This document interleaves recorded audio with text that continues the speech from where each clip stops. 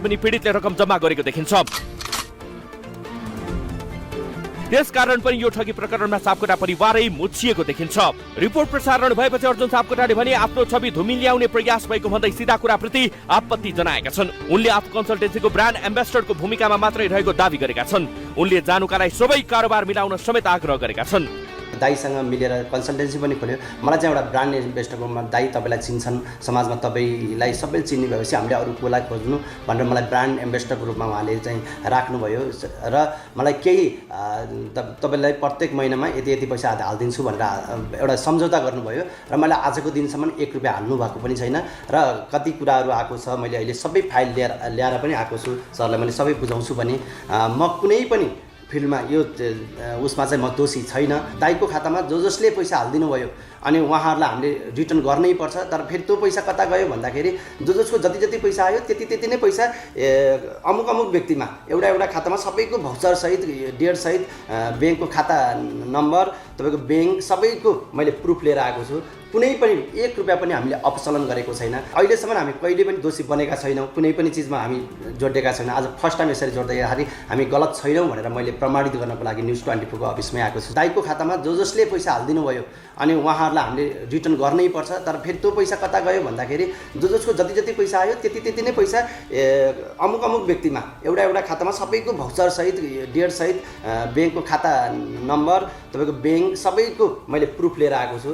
कुनै पनि 1 रुपियाँ पनि हामीले अपचलन गरेको छैन। हाम्रा शुभचिन्तकहरूले धेरै माया गर्नुहुन्छ, उहाँहरूलाई लाग्न सक्छ यिनीहरू पनि कति दोषी छन् कि हामीलाई त एउटा मोहडा बनाइदिएको हो। हामी 10 महिना 11 महिना मात्रै भयो हामी यो बेस्ट ब्रेन्चसँग यसरी नजिक भएको। उसले त 3 वर्ष 4 वर्षदेखिको पनि यहाँ केस आइसकेको छ सरसँग होइन। पछिल्लो समयमा थाहा पाइसकेपछि हामी ब्याक टु ब्याक आफै हटेका थियौँ। हामी त पहिला त एउटा एकदमै असहाय हौँ भनेपछि हामीलाई मन छोएर हामीले उसलाई एउटा नजिक हुनुपर्छ भनेर लागेको मात्रै हो। मेरो बहिनीको पनि मिना सापकोटा भनेर बहिनीको नाम जोडियो। बहिनी त 2-3 महिना मात्रै उसले चाहिँ कोही पनि नभएर उसले चाहिँ म्यानेजरको रूपमा तपाईँ बस्नु न भन्यो। अनि 2-3 महिना मात्रै बसिसकेपछि उसपछि पनि अरू म्यानेजरहरू धेरैजना फेरिनु भयो, त्यहाँ म्यानेजर बन्नुभयो। तर बहिनीलाई पनि जोडेर जुन एउटा प्रसारण गरियो, हामी निर्दोष छौँ। हामीलाई आज अहिलेसम्म हामी कहिले पनि दोषी बनेका छैनौँ, कुनै पनि चिजमा हामी जोडिएका छैनौँ। आज फर्स्ट टाइम यसरी जोड्दाखेरि हामी गलत छैनौँ भनेर मैले प्रमाणित गर्नको लागि न्युज 24 को अफिसमै आएको छु सर। मेरो बहिनी पनि आजको दिनसम्म कसैमा संलग्न छैन, न उसको खातामा पैसा कसरी हालेको छ, न कसैलाई हामीले पैसा हाल्नुहोस् तपाईँलाई लैदिन्छौँ केही गर्छौँ भनेको पनि छैन। र मेरा शुभचिन्तकहरूलाई यही नै अनुरोध गर्न चाहन्छु, हामी दोषी छैनौँ। र जानुका बहिनीलाई यदि कसैको पैसाहरू आएको छ भने सबैजनालाई मिलाऊ, सबैजनालाई मिलाऊ, कसैको पनि पैसा खानु हुँदैन, तिमीलाई हेल्प गर्नुपर्छ भने न्युज 24 लगायत हामी पनि साथमा छौँ, यही भन्न चाहन्छु। र यो फाइल सबै मैले मेरा प्रमाणहरू जस्तै दाईको खातामा जसले दाईले सबैलाई तिर्छन्, मैले एकजनासँग मात्रै मिलेको छैन। त्यो पनि नमिल्नुको कारण दाईको खातामा आएको पैसा तिर्नुपर्छ हामी लागिरहेका छ। तर उसले अरू जानुकालाई हालेको पैसा तपाईँले तिर्नुपर्छ, सबै तिर्नुपर्छ भनेर जुन भनेको भएर हामीले नतिरेका हौँ। अर्जुन सापकोटाले आफ्नो खातामा जम्मा भएको 5 लाख गत आइतबार मात्रै फिर्ता गरेको ती पीडितले सिधा कुरालाई बताएकी छिन्। यो अडियो सुन्नुहोस्। बेलायत जाने भनेर अर्जुन सापकोटा नाम गरेका व्यक्तिको खातामा पनि तपाईँले पैसा जम्मा गर्नुभएको थियो है? अर्जुन सापकोटा हजुर, उहाँले मलाई अर्जुन सापकोटा सर्भिसै रिटर्न गरिसक्नु भयो। हजुर, कहिले दिनुभयो उहाँले फिर्ता? अस्ति आइतबार। ठगी प्रकरणको मास्टर माइन्डको आरोप खेपेकी नेहा अधिकारी भन्छन् पीडितलाई रकम फिर्ता गर्न तयार छु। ललितपुरमा भ्याली होम केयर सर्भिसेस चलाइरहेकी नेहा अधिकारीलाई यो ठगी प्रकरणको मुख्य व्यक्ति भएको जानुकाले आरोप लगाइरहेकी छिन्। नेहाले भने जानुकाकै कारण पीडितहरू ठगीमा परेको दावी गरिरहेकी छिन्। उनले आफ्नो खातामा पीडितले जम्मा गरेको रकम फिर्ता गर्न तयार रहेको पनि बताएकी छिन्। उसँग मेरो टप टु बटमको हजुर हेर्नु, म गलत छु भने म सजाय भोग्न रेडी छु हैन। अनि त्यसपछि त्यो भनेपछि मैले निकाले पैसा 9,99,000 गरेर 4 ठाउँमा निकाल्दा 40 लाख रुपियाँ त्यो दिन दिएँ।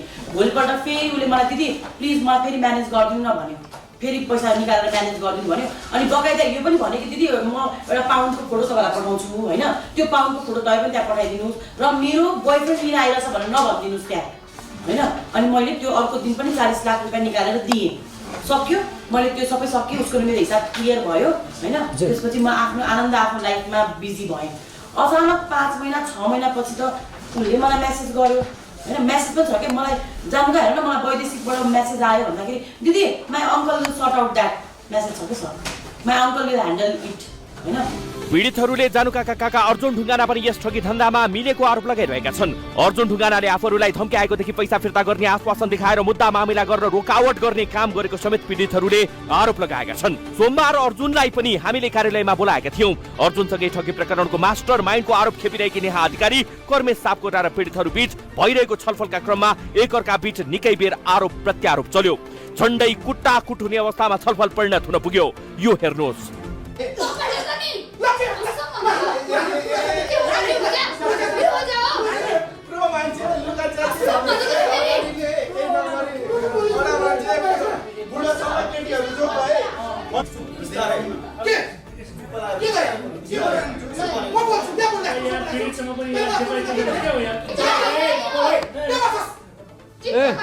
छोरी मान्छेले इज्जत गर्नु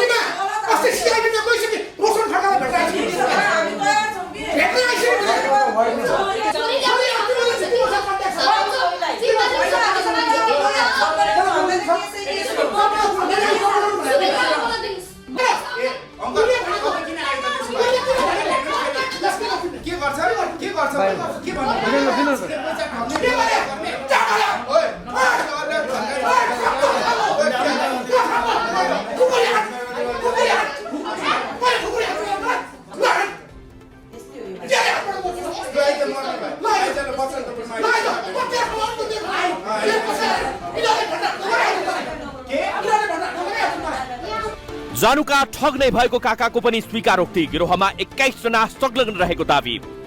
यस प्रकरणमा प्रत्यक्ष रूपमा जोडिएका अर्जुन ढुङ्गानाले जानुका ढुङ्गाना ठग नै भएको स्वीकार गरेका छन्। यद्यपि यो ठगीको सञ्जाल ठूलो रहेको दावी गर्दै त्यसैको कानुनी लडाईका लागि आफू संलग्न भएको उनले दावी गरेका छन्। छोरी सही ठग मेरो छोरी पनि ठग भनिरहेको छु मैले। लगायत 20 जना ठगहरूको बिचमा कनेक्सन छ। ठुलो स्क्याम छ यो। यहाँ अहिले 2-3 करोडको हामी छलफल मात्रै पूर्ण भएन। 18 जना पीडितहरू घरमा रोएर बसिरहेछ। अब हामीले सम्पूर्ण पीडितहरूलाई चाहिँ यो न्युज 24 टेलिभिजनमा आउनको निमित्त म आग्रह गर्छु। आग्रह गर्छु। सुन त्यो आग्रह तपाईले गरिरहनु परेन त्यो मेरो कुरा सुन मैले भन्छु के भन्नु सुन मेरो कुरा अर्को कुरा तपाईले श्रृंखला चाहिँ नि कन्सल्टेन्सी गर्नु मेरो सुन भाषा भन्नु हो त्यही हो तपाईको दाबी हो एकदम सुन भाषा कन्सल्टेन्सी जब खुल्यो त्यसपछि यो ठगी सुरु गर्छ दाबी के हो सुरु भयो मलाई थाहा पाए कन्सल्टेन्सी खुल्नुभन्दा अगाडि पीडितको हैन म थाहा पाए मेरो कुरा सुन मैले थाहा पाए अब एउटा कुरा मैले थाहा पाए जति पैसा आएको छ